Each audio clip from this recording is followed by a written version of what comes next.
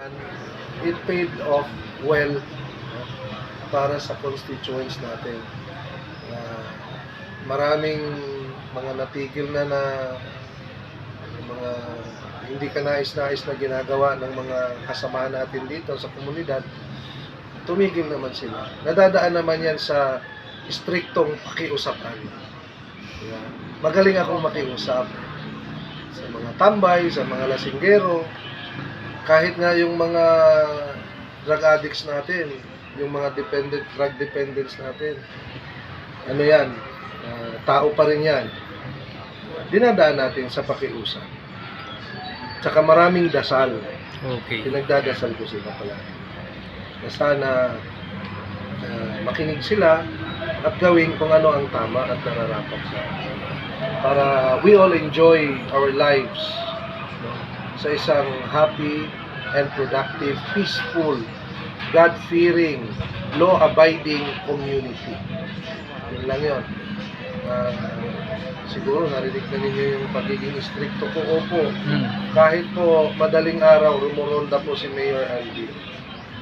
Nanghuhuli ako kahit madaling araw ng mga batang pakalat-kalat sa kanya. Maganda naman po yun, Mayor. Opo. Marami na po tayong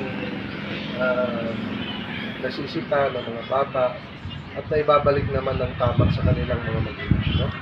So, Mayor, nabalitaan namin na drug-free o drug-clear na yung mga barangay sa Intero. Opo. So, you're applying for drug-free municipality? Drug-free Katay. Okay. Sino mo dapat mag-apply sa Mayor? So, Sino ang dapat mag-apply? Ang munisipyo or ang PNP? ang PNP, meron pong programa yan. Meron namang mga guidelines. Tapos tayo po, ang munisipyo po, together with PNP, is ina-assess naman tayo. Kung walang mga pushers, users, dealers. Sad to say, itong mga nakaraan taon, 2025, is merong mga nahuli dito sa Katayngan. And nahuli naman na sila. Ang ano ko lang sa kanila is sana magbago na sila ng linya. Magbago na kasi life is too precious. Napakahalaga ng buhay. And we only live once. Tulad ng sinabi ko palagi, we only live once. But if we live it right, one life to live is enough. Dapat yung buhay natin para sa pamilya, para sa Diyos, para sa bayan. Hindi para sa droga. Matindi ang campaign ko din dito sa anti-drugs campaign natin, no? Pinapalawak natin yung sports. Tulad ng basketball, suportado natin yan. Yung soccer, football, suportado natin yan.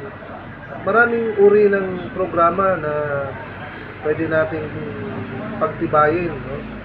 Mas lalo nating suportahan para kampanya kontra illegal na droga.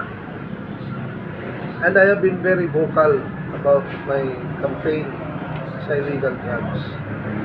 Kasi itong illegal na droga, it is a menace to society.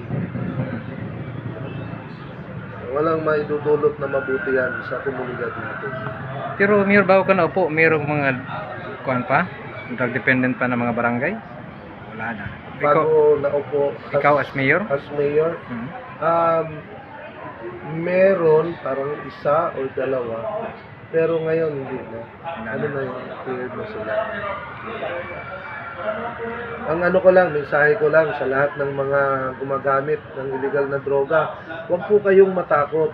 Lumapit po kayo sa tanggapan namin, no? Or sa PNP. Nandyan po ang PNP.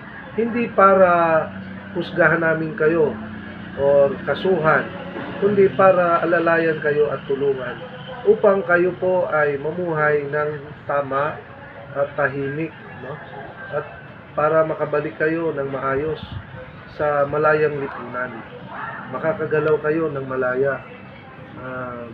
Para naman doon sa nagbibenta at nang bibiktima ng mga drug users natin, yung mga drug pushers, drug dealers.